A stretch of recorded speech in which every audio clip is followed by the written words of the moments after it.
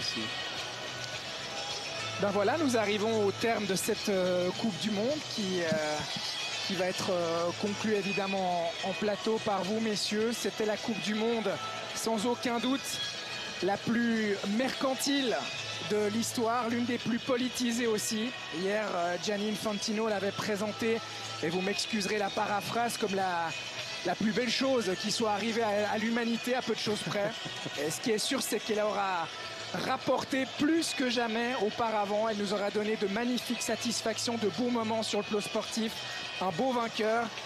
Mais nous n'oublierons pas, même si les stades étaient pleins, les prix qu'ont dû payer les personnes qui n'ont pas des moyens considérables pour leur passion pour le football, passion qui les dévore, parfois sans pouvoir au final ne serait-ce qu'entrer dans le pays si leur nationalité n'était pas la bonne, qu'ils soient fans, journalistes, arbitres parfois, comme le Somalien Omar Artan. On pense aussi au traitement inacceptable de l'équipe d'Iran qui n'a pas pu défendre ses chances correctement dans ce tournoi. On pense également au cas Balogun. On donne parfois l'exemple en souriant de la Coupe du Monde 82 de l'émir du Koweït descendu sur le terrain pour faire annuler un but de la France. Ici, on aura vu un président se vanter d'avoir appelé le président de la FIFA pour faire annuler une suspension d'un joueur. Un politique qui s'est missé au cœur du jeu alors que la Fédération internationale dit vouloir le mettre au-dessus de tout. Bah, visiblement, c'est jusqu'à un certain point. Dans une Coupe du Monde qui aura aussi vu tous ces matchs se disputer en 4 cartons et sa finale connaître une mi-temps de près de 30 minutes. Comme l'a dit Alain Berset ces dernières heures. Et on va le dire, malgré les feux d'artifice, la crise a deux noms, l'argent et le pouvoir. Il demande au nom du Conseil de l'Europe une 3e mi-temps pendant laquelle il s'agirait de réfléchir sur l'intégrité. Il y a aujourd'hui pour beaucoup une crise de confiance entre de nombreux acteurs de ce sport et leur fédération internationale. Quelle masterclass. Les gars, c'est la télévision suisse en direct. Nous, on a des commentateurs télé qui sont incapables de dire ce qu'ils pensent. Ils sont sans cesse dans l'hypocrisie et la langue de bois. Des pays comme la Belgique et la Suisse, eux, ils ont des burnes. Ils les portent tout le temps.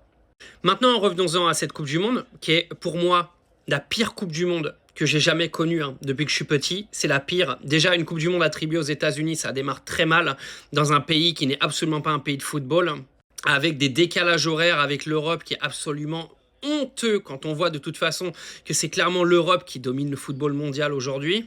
Même si l'Argentine est en finale, on va pas se leurrer sur le reste des équipes qui étaient là en demi et en quart de finale. Les 3/4 sont européennes.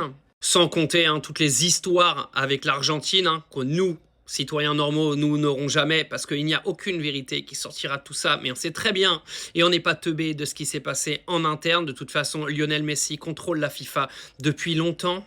Gianni Infantino s'est fait soumettre par Donald Trump bien comme il faut également.